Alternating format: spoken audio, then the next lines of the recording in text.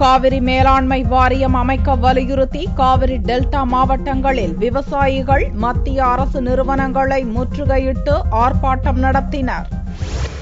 தமிழகத்தில் பாயும் காவிரி ஆற்றை நம்பி 12 மாவட்ட மக்கள் உள்ளனர். காவிரி நடுவர் மன்ற தீர்ப்பை நிறைவேற்ற கோரியும் மேலாண்மை வாரியம் அமைக்க வலியுறுத்தியும் டெல்டா மாவட்ட விவசாயிகள் திங்கட்கிழமையன்று மத்திய அரசு நிறுவனங்களை முற்றுகையிட்டு ஆர்ப்பாட்டம் நடத்தினர். திருச்சி கண்டோன்மென்ட் பகுதியில் உள்ள மத்திய கலால் மற்றும் சேவை வரி ஆணையர் அலுவலகத்தை விவசாயிகள் திரளாக வந்து முற்றுகையிட்டனர்.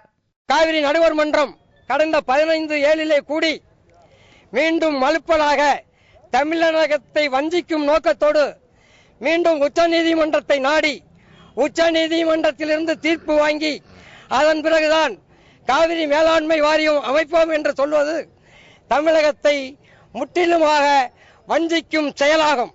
இதனை கண்டித்து இன்றைக்கு தமிழகம் முழுவதும் முற்றுகை போராட்டம் நடந்து கொண்டிருக்கின்றது. தஞ்சை மாவட்டத்தில் காவிரி மேலாண்மை வாரிய கோரிக்கையை வலியுறுத்தி கடையடைப்பு நடத்தப்பட்டது. மேலும் விவசாயிகள் போலீசாரின் தடுப்பை மீறி கலால்துறை அலுவலகத்தை முற்றுகையிட முயன்றபோது அங்கு இரு தரப்பினருக்கும் இடையே தள்ளுமுள்ளு ஏற்பட்டது.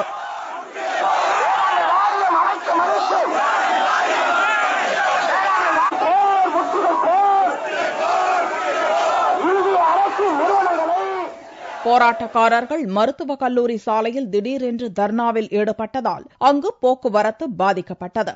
டெல்டா மாவட்டங்களின் பல்வேறு இடங்களில் மத்திய அரசு அலுவலக முற்றுகை போராட்டத்தில் ஈடுபட்ட விவசாயிகள் கைது செய்யப்பட்டு அப்புறப்படுத்தப்பட்டனர்.